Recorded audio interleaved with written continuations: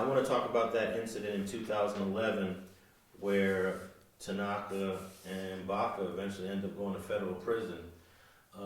You were working the jails at this time, so I guess you got transferred into what they call the LA County Jail here in LA.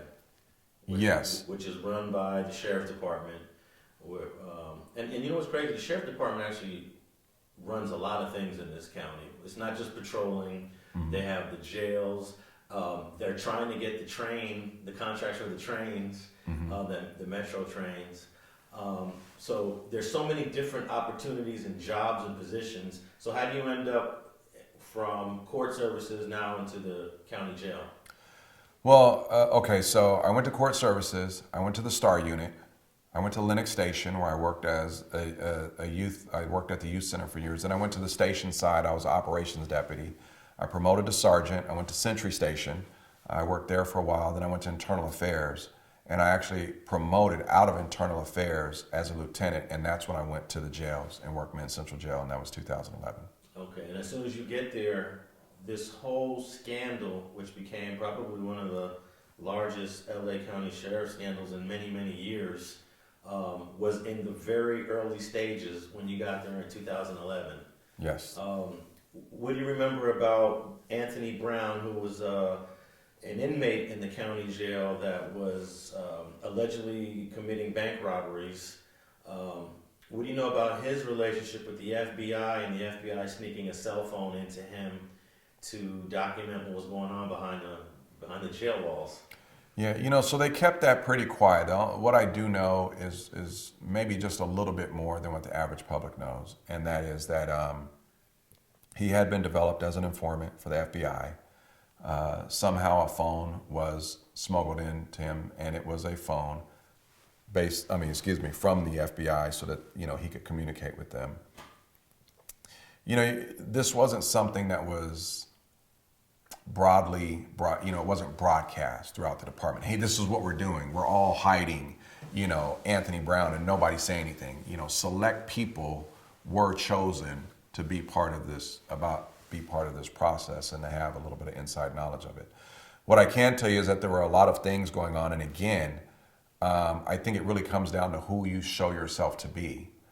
During that process, a couple of the deputies who were on that list that went to prison, and a lieutenant, and a couple of deputies came into the jail one day, and they wanted to move an inmate. I didn't know who. All I know is that the inmate they were trying to move was on my shift and was supposed to go into what we call a CPAP room in the medical clinic. And the sergeant came to me and said, I'm concerned with that. We got cartel people in here. We got high, in other words, you got people in here. You can't just put anybody in there. And the deputy came in and said, we're going to do it. And I stopped it. I said, no, we're not going to do that. And the deputy, no, you're not going to come and tell me. He's one of the deputies on your list. We're not doing that. And so I called into my operations, which is the captain's office. And I asked, he dropped a few names of lieutenants that are on your list that went to prison. And he said, well, so-and-so knows about it. So-and-so wants to do it. And I said, well, so-and-so needs to come talk to me. And so I called into the captain's office and asked the operations lieutenant, like, hey, do you know anything about this? He's like, no, I don't know anything about it. He says, let me ask the captain. So about 5 minutes later, I'm inside security. I get a call from my captain. Hey, Eric, meet me outside, main control, which is the gated area that controls security, outside security. And I meet him out there and he's like, come with me. And we walk outside and he tells me, hey, there's a lot going on. I was in a meeting with the sheriff and the captain of ICIB, and there's a lot of stuff we can't tell you about. There's a lot of things that are going to happen, and we just need, certain things to happen. It's just, it's this really big thing. And I said, oh, okay. Now you got to remember, Alex, I just promoted out of Internal Affairs Bureau. So I had seen a lot of the behind the scenes stuff and how things happen, and I had investigated it. So I told him, I said, okay, well, I'll tell you what. If we're going to do something outside of policy, a deputy can't come and tell me to do it. A sergeant can't come and tell me to do it. A lieutenant, I said, if you want me to do it, send me an email. And he looked at me and said, send you an email? I said, yeah. If you're going to direct me to do something that's kind of against our normal protocols, I said, send me an email. we'll make it happen. And he looked at me, he's like, oh, okay, Eric, I get it. And from that point on, nothing ever happened on my shift again.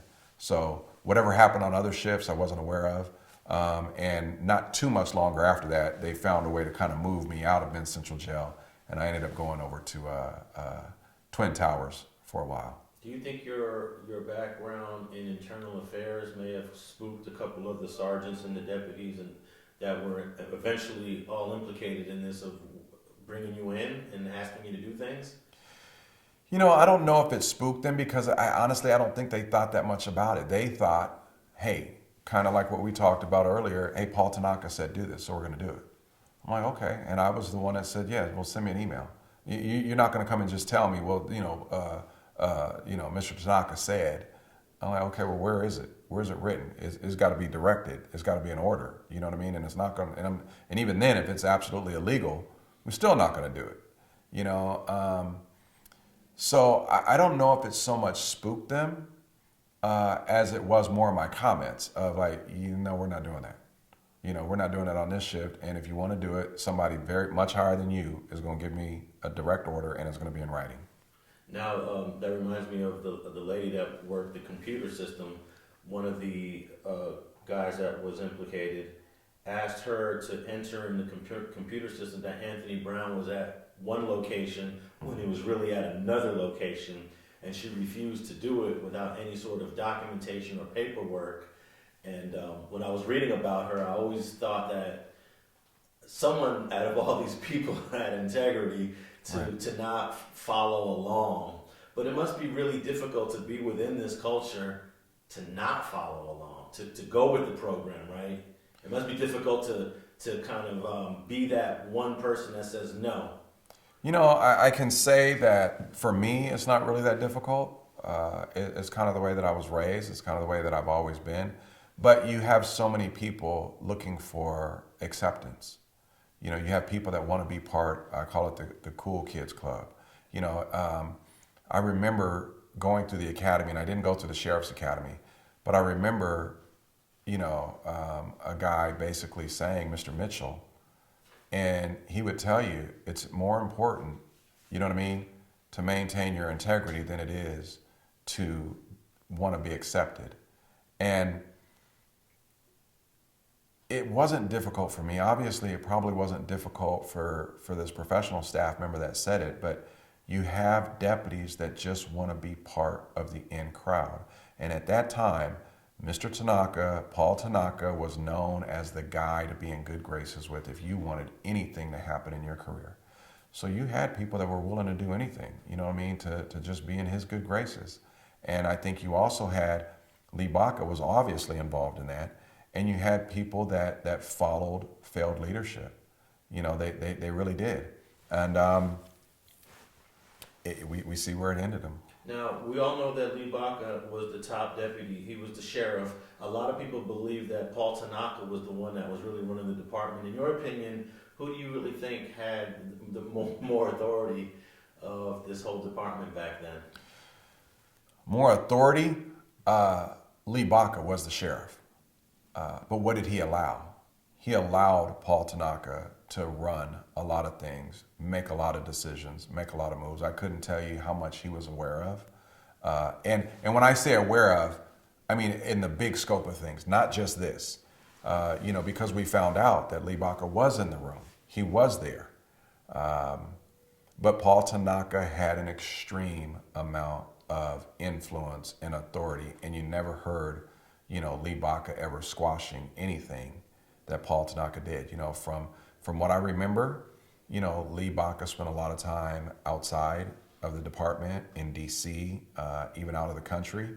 He was kind of promoting his reform and his education-based incarceration, and he was, allowing Tanaka, and even before Tanaka, Waldy and Tanaka, to pretty much run the department. Now, one of the crazy things out of that situation that I found pretty appalling is that either Tanaka or Lee Baca sent two deputies to the house of the FBI agent that was the handler for Anthony Brown, FBI agent Leah Marks, and they actually threatened her with arrest.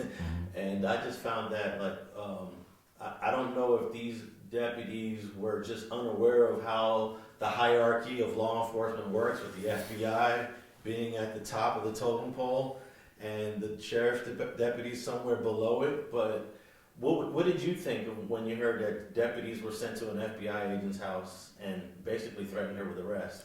Yeah, so these were a couple of sergeants that worked Internal Criminal Investigations Bureau. And I think they were following orders. I think they thought they were working within a gray area. And, they were thinking that, look, we're conducting a criminal investigation on our own. And in conducting a criminal investigation, we're going to talk to somebody that is a subject of that criminal investigation. And so here's a couple of things that, I know and I learned is that Baca basically perpetuated this story that it was a rogue FBI agent. And this was either her boyfriend or she was working outside of the scope of her duties. And a lot of people bought off on that. And even if they didn't buy off on it, it was believable. Like, wait, why would the FBI smuggle a phone into LA County Jail? And Baca, being the sheriff of the largest, he had a lot of connections within law enforcement all over, including the FBI.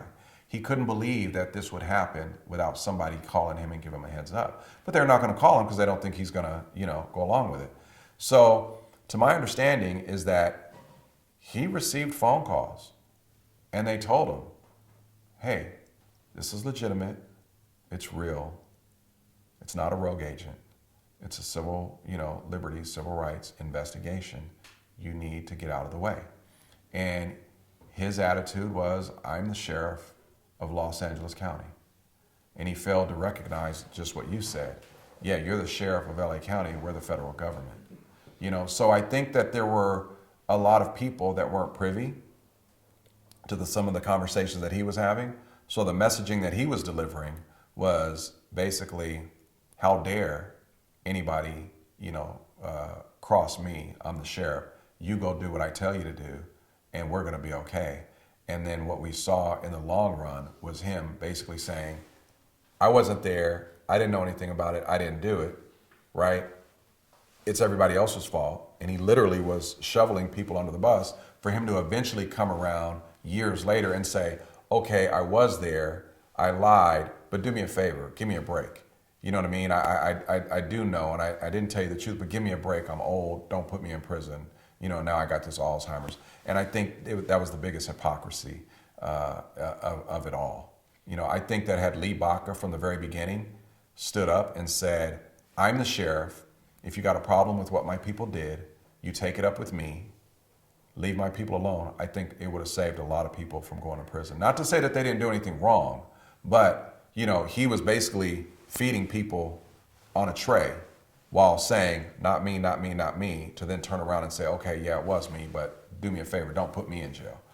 Could he have said that, yeah, I made a mistake, I ordered all these deputies to do X, Y, and Z, and they should not be indicted, they should not be charged, I'm the boss, it should all be on me, and probably save some of these guys from going to prison? I truly believe he could have.